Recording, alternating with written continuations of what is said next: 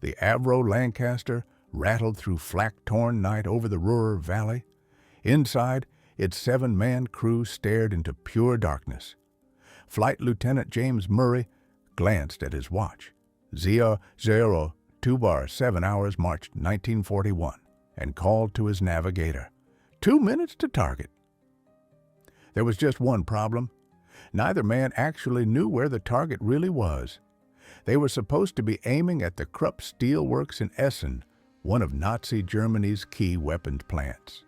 In reality, if they hit anything at all, it was more likely going to be a cow field a few miles south.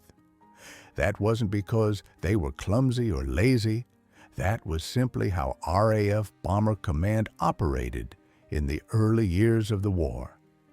And the data behind that reality would have made Winston Churchill physically sick if he had understood how bad it truly was. In August 1941, a civil servant named David Benson Butt went through 4,000 post-raid reconnaissance photos. His report hit desks like an explosive charge. Out of all the aircraft that were recorded as having attacked their intended targets, only about 1 out of every 3 even got within 5 miles of the aiming point. Over the Ruhr, where smoke, haze, and searchlights turned the night sky into total chaos, that rate crashed to roughly 1 in 10. And that wasn't missed by a street. That wasn't even missed the factory. Crews were missing entire cities. On paper, the goal was straightforward: destroy German industry. In practice, it was nearly impossible to carry out. Germany had learned from the Blitz. By 1941, every major city went completely dark after sunset. No street lamps, no glowing windows, no factory lighting. Blackout curtains everywhere. Bomber crews spent hours in the air looking down at a country that might as well have been an ocean at midnight. Just nothing. Navigation relied on dead reckoning, basically guessing your own position using heading, airspeed, and time. But winds at 15,000 feet rarely matched the forecast. A navigator might assume a 30-knot headwind when the real wind was 50. After 3 hours in the air, that small error could shove you 15 miles off track. So, you'd reach the point you thought was the target, see absolutely nothing below you but darkness, and drop your bombs on whatever shape you prayed was German and valuable. The doctrine, on paper, looked logical. The RAF had shifted to area bombing, aiming at general industrial zones instead of specific buildings because you couldn't see specific buildings anyway. But even area bombing still required you to find the correct area in the first place. Crews were trained to confirm that they were over the target by spotting river bends, coastlines, or major rail lines using moonlight or leftover fires from earlier waves. On cloudy nights, and Northern Europe was cloudy most nights, they couldn't even do that. Bomb aimers would stare down through the bomb site, wait for the clouds to break for even a second, see a patch of darkness they hoped were buildings, and release. Hope was doing more work than science. The cost of this guesswork was horrific. Bomber Command was losing planes at a pace that would have wiped out the force in a matter of months. In early 1942, a crew's statistical odds of surviving a 30-operation tour hovered around 44%. They climbed into their Lancasters and Halifaxes, basically knowing that they were more likely than not going to die up there. And the worst part was that all this dying wasn't even hitting the targets. German output hardly dipped. The factories stayed open because most of the bombs were landing in woods, fields, and farming villages. Something had to change, and it had to change immediately. The Americans were starting to arrive with their promise of daylight precision bombing, which sounded fantastic. until German fighters tore into B-17 formations in daylight. So night raids were still the only real option. But night meant blindness. The RAF needed a way to see in total darkness, and they needed navigators who could actually use whatever new gadget the scientists built. Nobody quite understood yet that the machine was already on the way, but it would take one man's wrong math to make it truly effective. The breakthrough showed up in early 1943, bolted into the belly of a modified Halifax. It looked like something out of a futuristic radio serial. It was called H2S. Depending on who you asked, that stood for Home Sweet Home, or the chemical name for hydrogen sulfide. H2S was a spinning radar scanner that drew a ghostly image of the ground below on a cathode ray tube. For the first time ever, a navigator in an aircraft could look through cloud and darkness and actually see the terrain. The dish swept a radar beam in a full circle under the bomber. The echoes that bounced back changed, depending on what they hit. Water soaked up the signal and showed up dark. Metal structures and dense buildings reflected hard and glowed bright green on the display. A skilled operator, in theory, could pick out coastlines, city centers, rivers, even specific industrial plants. As a piece of wartime engineering, it was astonishing. It was one of the most advanced electronic tools of the entire war. At its heart sat the cavity magnetron, a microwave-generating device that Britain guarded like treasure. Churchill personally signed off on letting crews use it in combat, even though there was a real fear that if a bomber went down over Germany, the enemy might recover the tech. The Air Ministry was all in. They were convinced H2S would turn Bomber Command from a blind force flinging explosives into the void into a sharp instrument that could take apart German industry piece by piece. H2S went operational in February 1943. The first units to get it were the Pathfinder Force, elite crews who flew ahead and marked targets for the main bomber stream. These were the best of the best, calm under pressure, navigationally gifted. If anyone could master this glowing green scope, it would be them. Early missions over Hamburg looked encouraging. Navigators reported that they could clearly make out the distinctive shape of the Elbe estuary, and they could see strong contrast between the built-up city and the surrounding water. Accuracy noticeably improved. Senior officers started writing optimistic memos about the future of the bombing campaign. But what those memos didn't mention was how overwhelming it actually felt to use H2S in combat. Put yourself in the navigator's seat. You're hunched in a tiny freezing compartment. The aircraft is jolting through turbulence and weaving to avoid searchlights. Flak is bursting so close you feel it in your jaw. You're wearing an oxygen mask, thick gloves, and an electrically heated suit. In front of you is a round green display maybe 9 inches across where pulsing blobs are supposed to represent cities and rivers and factories. That image was not a map. It wasn't something stable. It was a constantly refreshing radar return that shifted with every sweep, with every evasive turn, with every change of gain setting. The navigator had to stare at that shifting image, match it to his paper charts, figure out the aircraft's true position, work out wind speed and drift, correct the heading, and shout new course instructions to the pilot, all while the bomber hurtled toward the target at roughly 240 miles per hour. The mental load was brutal. Men who had been academic stars, guys with mathematics degrees from Cambridge and Oxford, were finding themselves overwhelmed by the amount of information hitting them at once. The real trouble showed up in the last part of the run, the bombing phase. You could use H2S for an hour to get roughly to the target area and build an internal sense of where you were. But then came the moment that actually mattered, selecting the aim point and telling the bomb aimer exactly when to drop. That job required measuring the range and bearing to the target blip on the H2S screen, then calculating the bombing angle by using trig tables and a Dalton computer, a circular slide rule every navigator carried. In theory, that math took about a minute and a half.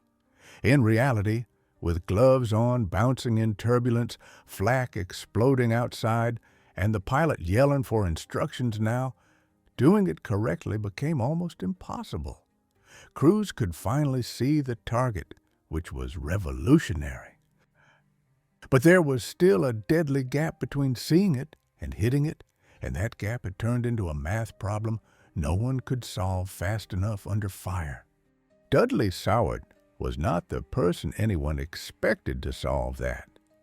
He was a group captain with an odd background, a Cambridge-trained mathematician who, instead of staying in a lab at the telecommunications research establishment, had ended up in the operational world.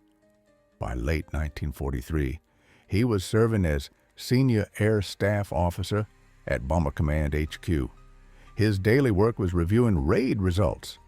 His nightly obsession was figuring out why those results still weren't matching what H2S supposedly made possible. The numbers bothered him. Even Pathfinder crews, again, Bomber Command's absolute elite navigators, were still dropping their target markers on average about 2 miles from where they were supposed to when they used H2S. 2 miles might sound close enough until you remember these were the best men in the entire command. The main bomber force, which then followed those Pathfinder markers, only made things worse by adding their own error on top. The end result was still a wide circle of impact that allowed German factories to keep running. Something was breaking between spotting the target on the scope and actually putting bombs on it. So Saward started riding along on training flights, standing behind navigators in the cramped fuselage and watching them work in real time. What he saw made his mathematical instincts recoil. These navigators, brilliant, well-trained, technically educated, were doing exactly what they'd been taught in navigation school. They'd pick out the target blip on the H2S scope. They'd note the range using the range rings. They'd read the bearing with a bearing cursor. Then they'd pull out the Dalton computer and start grinding through the math. The Dalton was clever, a custom slide rule built for air navigation. You'd dial in airspeed, line it up with heading, read off ground speed, drift, bombing angles, and so on. But Saward noticed something awful. In the last 60 seconds before bomb release, when every second mattered, these navigators were still fiddling with this device. They'd set one scale, read off a number, adjust again, cross-check with trig tables. Done calmly at a desk, the full process took 2 to 4 minutes. In a bomber, that same 2 to 4 minutes meant you could travel nearly 10 miles. So they rushed, they rounded aggressively, they skipped verification steps. Saward watched one highly experienced navigator, Oxford mathematics degree, tons of hours, make a basic arithmetic slip under pressure. That tiny mistake caused a 3-degree error. At a 10-mile range, that 3-degree mistake meant dropping nearly a mile off target. This wasn't stupidity. This was simply asking the human brain to work like a calculator inside a blender. Then, on a rough training flight in November 1943, something clicked for Saward. He realized they were approaching the whole task from the wrong angle. Everyone treated it like a trigonometry exercise. You measure two values, then you calculate a third using reference tables and a slide rule. But in his mind, that wasn't the real shape of the problem. He saw it as geometry. On the H2S screen, you could see three critical points at once: your aircraft at the center of the display, the target wherever it showed up as a bright return, and the line of your ground track, essentially the path you were actually flying over the Earth. Those 3 points formed a triangle, and in that triangle, the answer you needed, the bombing angle, was sitting there in plain sight. You didn't need to calculate it by trigonometry. You could measure it directly, right off the scope. Saward grabbed a grease pencil and sketched the idea on scrap paper. Forget separating range and bearing and then feeding them into a Dalton. Instead, draw an imaginary line from your own position on the scope straight through the target blip. Then measure the angle between that line and your ground track line. That angle was the bombing angle. No trig tables, no Dalton, no fiddling. Just read what's in front of you. It flew in the face of everything navigators had been taught. It felt sloppy, even disrespectful to the craft. But his mathematical gut told him it would work. And more importantly, he knew it would be fast. You could get that angle in 5 seconds, not 2 minutes. And in that last, violent, critical minute of the bombing run, speed was survival. Once he saw it, the geometry felt almost embarrassingly obvious, which is probably why nobody had seen it yet. Every RAF navigator had been trained the proper way. You take precise measurements, then you compute the answer. That was considered professional. That was considered correct. Saward's method basically threw that entire mindset in the bin and replaced it with, just look at the angle and say it out loud. Here's what it looked like in practice. On the H2S display, your bomber sat at the center. Your true ground track, the direction you were actually moving over the Earth after wind, was effectively shown as a line running through that center point. The target, once you spotted it on the radar return, was a glowing point somewhere else on the scope. Draw a mental, or sometimes literally grease pencil line, from you to the target. Now measure the angle between that line and your ground track line. That angle told you how far left or right you needed to aim the bomb fall to compensate for motion. Under the old method, you'd first read the range from the circular rings, then read the bearing cursor, then feed all that plus airspeed and altitude into the Dalton and let the math spit out the correct bombing angle. Under Saward's approach, you skipped all those middle steps. You just looked, gauged the angle, and called it to the bomb aimer. Target 30 degrees right, for example. If the radar return sat about 30 degrees to starboard of your ground track line, then the bombing angle was 30 degrees. That was it. The reason this worked is because angles are geometric truths you can directly observe. In trigonometry, you compute angles from ratios like sine or tangent, but an angle itself doesn't need to be calculated if you can literally see it.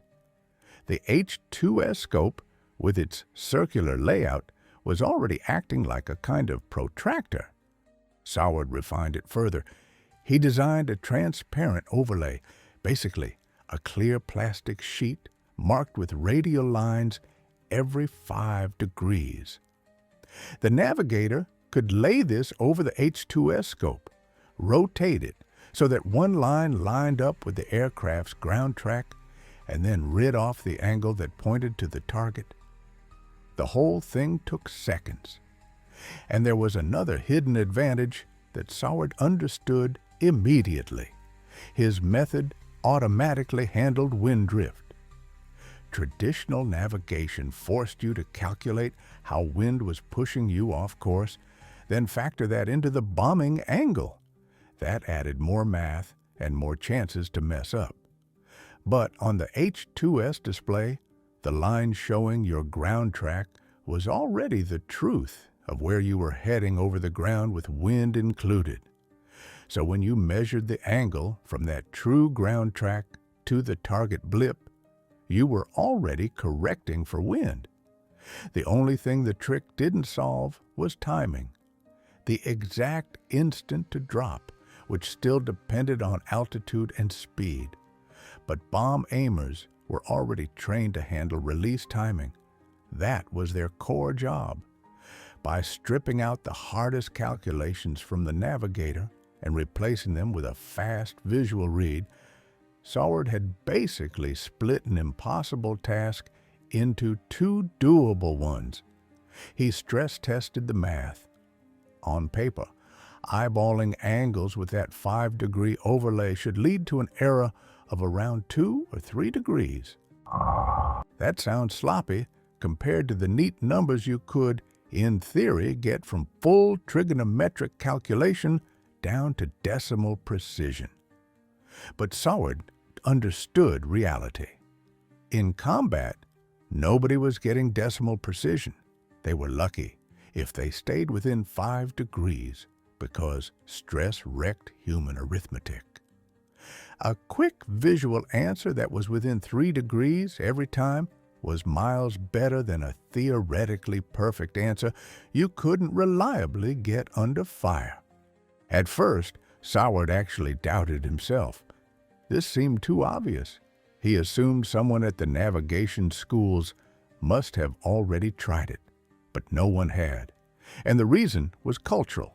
The RAF navigation world believed, almost as a point of honor, that real navigation was mathematical. To them, doing it by eye felt crude and even unworthy of a trained officer. He was about to find out just how deep that pride went. When Saward first showed his geometric shortcut to senior navigation officers at Bomber Command HQ in December 1943, the response wasn't mild disagreement. It was outrage. Wing Commander Peter Hargreaves, Bomber Command's top navigation officer, literally stood up at the table and said the method was not how gentlemen navigate. That single line summed up the fight Saward was walking into. To the RAF's navigation establishment, this wasn't about math. It was about identity and status. The resistance came from several directions, and each had its own flavor. The older navigators, the men who had learned their craft in the 1930s using sextants and star shots, saw Saward's trick as an insult to their art. In their view, navigation was supposed to be exacting. It demanded discipline, precision, intellect. Anyone could glance at a screen and guess an angle. Where was the skill in that? These men had spent years mastering trig tables, Dalton computers, wind triangle calculations. Now this staff officer was essentially saying, you don't need any of that anymore. The instructors at the schools had different fears. Their entire program was built around teaching complex calculation methods step by step, dead reckoning, celestial fixes, radio fixes, and finally H2S use, all presented as math-heavy professional disciplines. If Saward's visual shortcut became standard, where did that leave them? Their authority came from knowing techniques that took months to master. A method you could teach in an afternoon threatened that authority. There was also a class angle underneath the technical argument.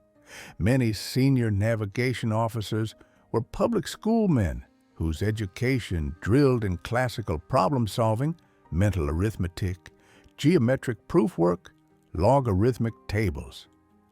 That training was their badge of professionalism. Eyeballing a picture sounded like something a tradesman would do, not an officer. Squadron leader Edmund Morris even wrote a memo saying that if they adopted Saward's method, navigation standards would fall, and the wrong sort of people would end up in the role. The technical pushback sounded more polite, but wasn't much more open-minded. Specialists argued that visually estimating an angle could never match the accuracy of a calculated bombing solution. They produced long error studies showing that the human eye just wasn't reliable. Saward tried to point out that combat math under flak was far worse than classroom math in perfect silence, but that argument didn't land. They were comparing his real-world method to a fantasy version of the old method that only existed during training lectures. A few objections, to be fair, did come from genuine caution instead of pride. Air Vice Marshal Donald Bennett, commander of the Pathfinder Force, was worried for good reasons. His navigators were already the best in Bomber Command.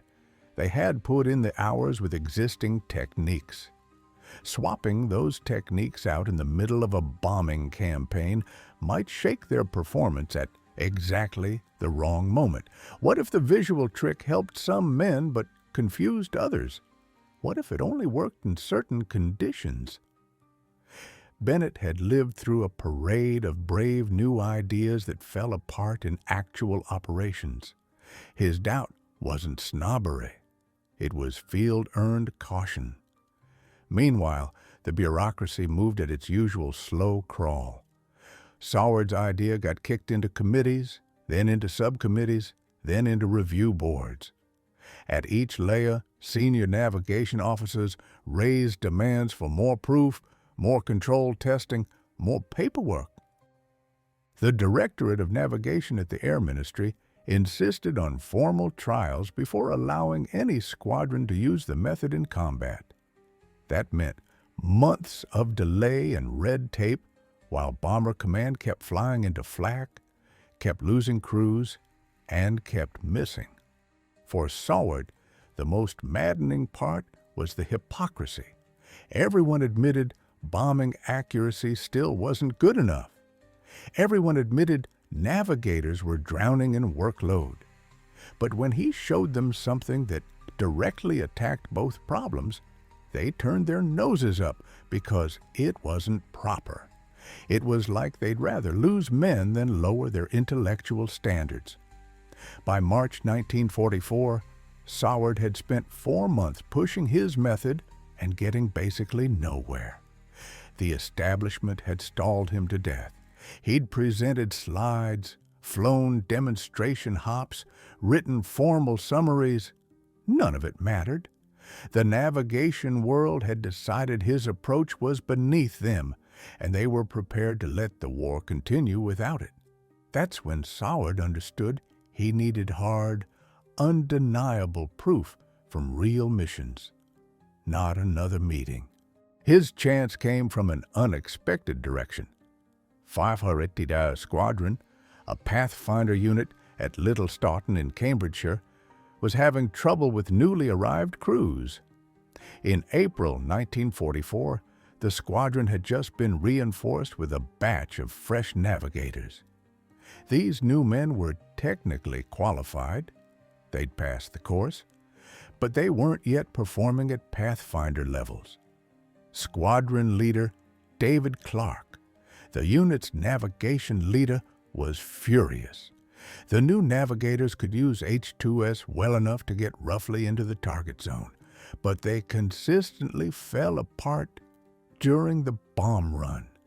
They could not finish the calculations fast enough under combat stress. The result was that the squadron's target markers were getting scattered across wide areas instead of going down where they were needed. Clark had heard whispers about Saward's forbidden visual method through informal channels. Unlike many senior officers, Clark was a realist. He'd already flown 43 ops. He had watched men die because of navigation errors. He wasn't interested in elegance or pride. He just wanted markers on target. When Saward quietly approached him about running an unofficial trial, Clark agreed, with one rule: keep it quiet until there were numbers to defend it. So, on April 23, 1944, 6 crews from 5 of 82 Squadron began testing the method. Saward spent a single afternoon in a classroom with them in the training H-2S scope. He walked them through his geometry. Find your ground track on the scope, draw an imaginary line from center to the target blip, measure the angle between those two lines, call that angle. The navigators were doubtful. They'd been taught all along that guessing by eye was amateurish. But Saward had one selling point that cut through their pride: try it once and see if it's faster. The training flights that followed were eye-opening. Navigators who normally needed 3 minutes to work up a bombing angle with the Dalton were now calling out angles in 15 seconds. Flight Lieutenant Robert Hammond wrote in his log, "Felt like cheating. Spotted target on scope, eyeballed the angle, gave it to the bomb aimer. We were lined up before I'd even have the Dalton out normally." The time savings were even larger than Saward himself had predicted because he'd underestimated how badly stress slowed calculation. Taking the math off their backs was like cutting a rope off their shoulders. The open question was still accuracy. Clark set up a proper test: practice runs on known ground targets with cameras to record bomb fall and marker placement. He split the trial. 6 crews flew using the standard calculation method. 6 used Saward's geometric shortcut. Everything else, weather, routes, targets, stayed as equal as possible.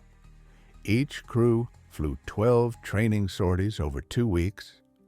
Clark personally went through every camera photo afterward, measuring how far each marker landed from the intended aiming point.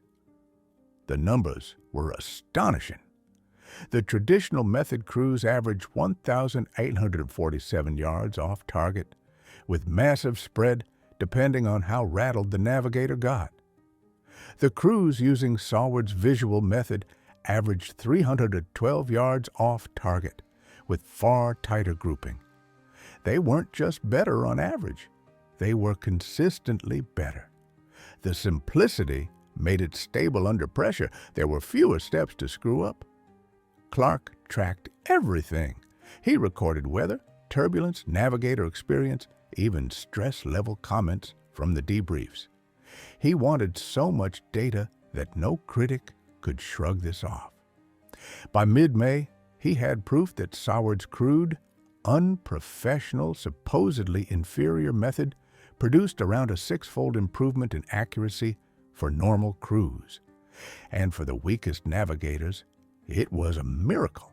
Men who had been missing by over a mile were suddenly dropping within a few hundred yards. There was a side effect, too. Fatigue dropped.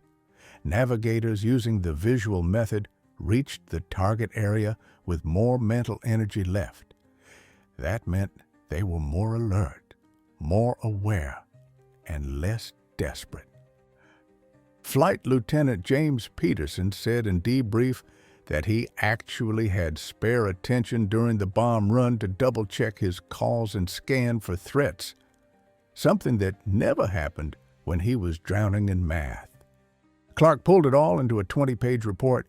He included diagrams, statistical tables, and strike photos. On May 28, 1944, he handed the full package to Saward. It was bulletproof. Saward's rough and improper technique wasn't just viable, it was dramatically outperforming the official method taught across the entire RAF.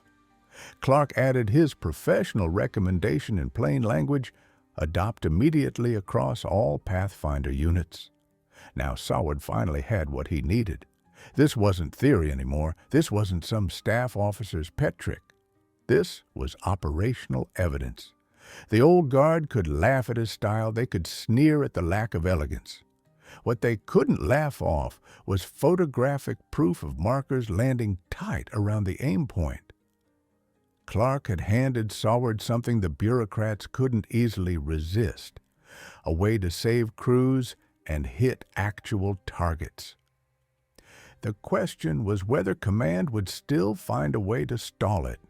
Clark's report hit Air Vice Marshal Bennett's desk in early June 1944, at the exact moment Bomber Command was being pulled hard into direct support for the Normandy invasion.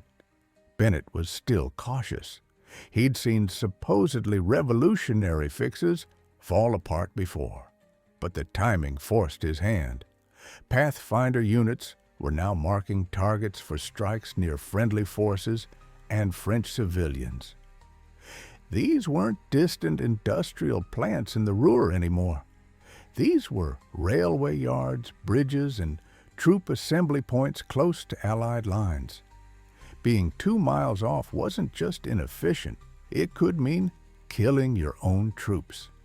Bennett authorized an operational trial. 3 Pathfinder squadrons would switch to Saward's geometric method for tactical targets in France. 3 other squadrons would keep using the traditional approach. Reconnaissance photos would be used to judge the results. The trial window would run 30 days, starting June 10, 1944. Bennett wrote in his order that they would follow the data, regardless of how it reflects on current training methods. The pace of operations after D-Day was so intense that results didn't take long to pile up. These squadrons were flying every night, sometimes twice in one night, hitting German positions, junctions, depots, bridges. Within 2 weeks, a pattern had formed, and it wasn't subtle. The squadrons, using Saward's visual method, were putting their target markers at an average of 247 yards from the intended point. The ones still using the old math-heavy method were averaging about 123 yards. The difference was so huge that Bennett didn't even wait for the full 30-day window. After just 3 weeks, on July 2nd, now on 44, he issued an order. Every Pathfinder squadron would adopt Saward's method immediately.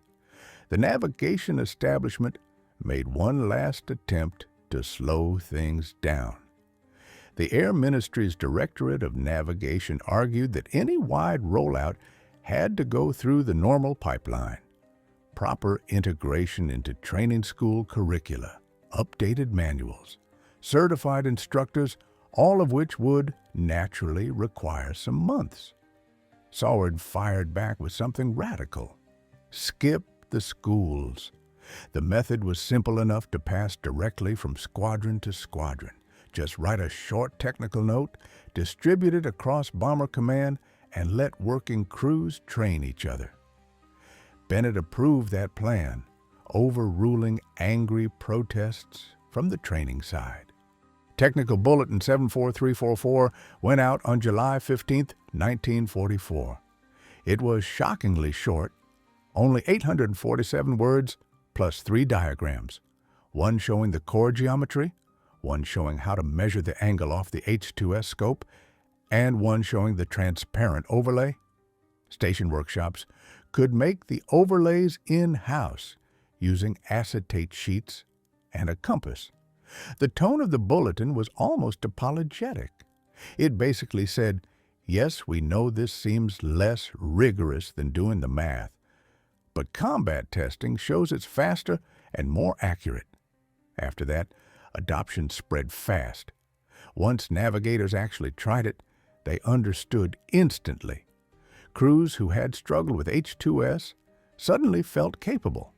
Squadron commanders started reporting that navigator washout rates, men who mentally couldn't hack the workload and had to be pulled off ops, dropped by around 40% in August 1944. The method was especially powerful for newer crews. It raised the baseline. It turned guys who had been barely holding on into reliable performers. By September 1944, about 70% of Bomber Command's H2S-equipped aircraft were using Saward's geometric method as their main bombing procedure. The effect began showing up in German production numbers. A captured October 1944 Spear Ministry survey after the war showed that British bombing accuracy spiked sharply in late summer. Raids that used to inflict maybe 30% damage on an industrial complex were now delivering 70% to 80%. Repair teams in Germany simply couldn't keep up. The visual method became even more valuable in the war's last months, when Bomber Command was increasingly supporting ground forces directly. Now they were hitting rail yards, bridges, headquarters buildings, and troop staging areas. That kind of work demanded accuracy that had been out of reach a year earlier. On March 15, 1945, Flight Lieutenant Richard Thompson of 35 Squadron logged a mission where his crew marked a German command post in a French town. Using the geometric method, they placed their marker within 80 yards of the planned aim point. The main bomber force then destroyed that headquarters without leveling the surrounding civilian blocks. Thompson wrote afterward, "Did what we couldn't have done a year ago actually hit what we aimed at without slaughtering friendlies." Bomber Command's own operational research reports tell the same story in numbers. Comparing early 1944 to early 1945, the circular error probability for Pathfinder markers dropped from 840 yards down to 287 yards. That single improvement didn't win the war alone, but it played a major part in why the bomber offensive became so devastating in the final year. German industry, which had survived and even grown through 1943 despite heavy bombing, finally began to crack in late 1944. A big reason was simple. The bombs were now hitting factories instead of empty countryside. And the human cost changed too. Better accuracy meant fewer sorties needed to finish a job. Fewer sorties meant fewer crews lost. Bomber Command's casualty rates dropped in the last year of the war for a lot of reasons, but improved navigation was one of them. Crews spent less time circling blind over targets while under fire. They got in, marked correctly, and got out. The same ungentlemanly method everyone had sneered at was now directly keeping those gentlemen alive.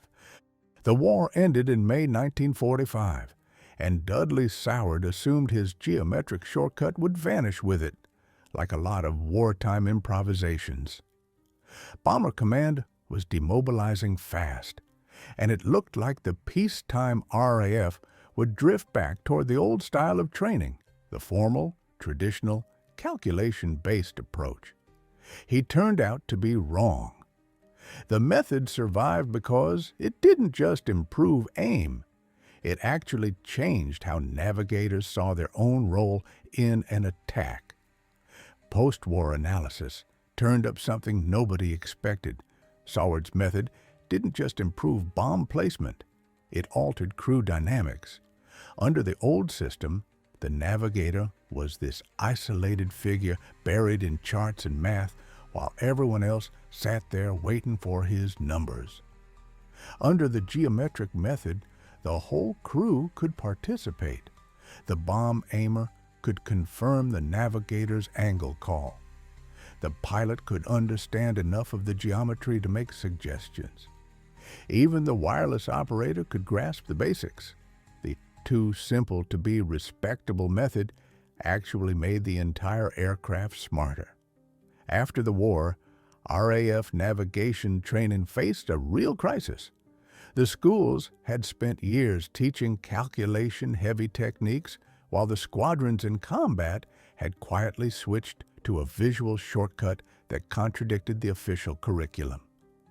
The RAF had two options: either admit the old way was outdated or rewrite the rule book so that Saward's method became part of the official doctrine. They chose the second option. And in a twist, it was led by one of the men who had originally mocked it. Wing Commander Hargreaves, The same officer who had called the method "not how gentlemen navigate" in 1943 ended up writing the 1947 revision of the navigation manual. In that update, geometric angle measurement became the primary technique for radar bombing. Hargreaves had changed his mind after seeing what it did in combat. To his credit, he was honest about it in the manual's introduction. He wrote that wartime experience had proven that simplicity under stress matters more than theoretical precision in calm conditions, and that a modern navigator had to be comfortable with both math and fast visual estimation. That was about as close to an apology as the RAF ever gives. The idea didn't stay in Britain. American bomber crews had their own radar sets, H2X, AN, APQ-13, and they'd been struggling with similar last-minute targeting problems. When U.S. strategic air forces studied British radar bombing in late 1944, they adopted Saward's geometric method almost immediately. It went straight into B-29 operations in the Pacific. A trick invented to hit German steel mills in the Ruhr was now being used to navigate and bomb over empty stretches of ocean and Japanese cities. The lesson carried forward into peacetime tech, too. When engineers in the late 1940s started building the first dedicated bombing computers, early analog devices meant to automate the process. They didn't base them on trigonometric table work. They based them on geometry, angle measurement, visual alignment. The successors to the famous Norden bomb sight leaned on direct angular solutions. Saward's field hack ended up shaping the design philosophy behind automated targeting. But maybe the most important legacy wasn't technical at all. Before Saward, the standard flow of innovation in the military went in one direction. Research labs and training schools invented doctrine, and frontline units obeyed it. Saward flipped that. His success proved that the crews actually doing the fighting could discover better ways and force those changes upward. After the war, the RAF created formal channels for squadrons to propose new procedures without having to beg the schools for permission first. That shift sped up adoption of new tools for decades afterward, from early guided bombs to digital navigation. Modern avionics still carries Saward's core idea: give humans an immediate visual picture instead of making them run numbers in their heads. Fighter pilot head-up displays and helmet-mounted systems laid targeting angles, intercept lines, and aim points directly into the pilot's vision. The F-35's helmet, which overlays firing angles and cues right where the pilot is looking, is in direct lineage from Saward's clear plastic overlay on an H2S radar scope. The lesson about institutional stubbornness stuck too. Post-war RAF procedure made it easier to test new methods quickly at squadron level without waiting for endless approvals. If a commander believed his crews had found something that worked, he could organize a focused trial and present hard results instead of getting trapped in a theoretical argument. That change alone saved years in adopting things like precision-guided weapons and integrated digital nav systems. Saward himself never got the fame you might expect. He was named OBE in the 1945 honors list, which was respectable but easily lost in thousands of other awards. There was no dramatic newspaper headline, no public adoration. He didn't invent a brand new machine or lead some legendary raid. He had just shown people a faster way to measure an angle. After the war, he went back to civilian work as an engineer and rarely talked about what he'd done. When aviation historians interviewed him in the 1970s, he seemed almost surprised that anyone still cared about his geometric method 30 years later. But navigators remembered.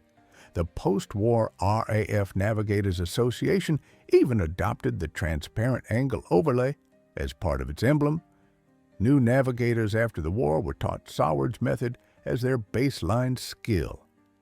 And when the last H-2S-equipped bombers were finally retired in the 1960s and replaced with aircraft using automated systems, many veteran navigators quietly kept their old acetate overlays as souvenirs.